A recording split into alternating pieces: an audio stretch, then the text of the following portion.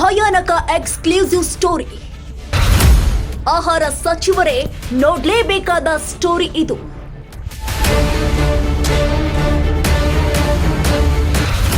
ಕಂಡಲ್ಲೆಲ್ಲ ನಾಟಿ ಮೊಟ್ಟೆ. ಈ ದಂಧೆಗೆ ಬ್ರೇಕ್ ಯಾವಾಗ?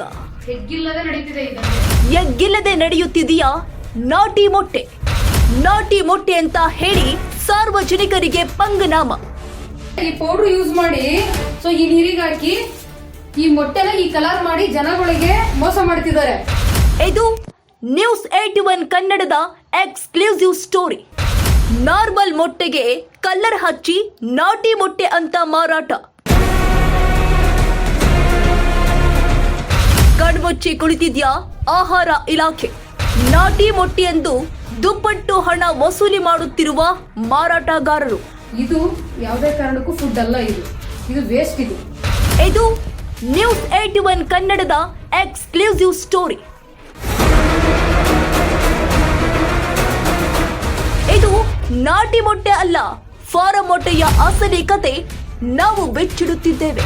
ನಮ್ಮ ವಾಹಿನಿಯ crime bureau head Shilpa R Gowda ನಡೆಸಿರುವ ರಹಸ್ಯ ಕಾರ್ಯಾಚರಣೆ ಎಳೆಯಾಗಿ ನಾವು ಬೆಚ್ಚಿಡುತ್ತೇವೆ. ನಿರೀಕ್ಷಿಸಿ ನಿಮ್ಮ ನ್ಯೂಸ್ 81 ಕನ್ನಡದಲ್ಲಿ. ನಮ್ಮ ನಡೆ ಸತ್ಯದ ಕಡೆ.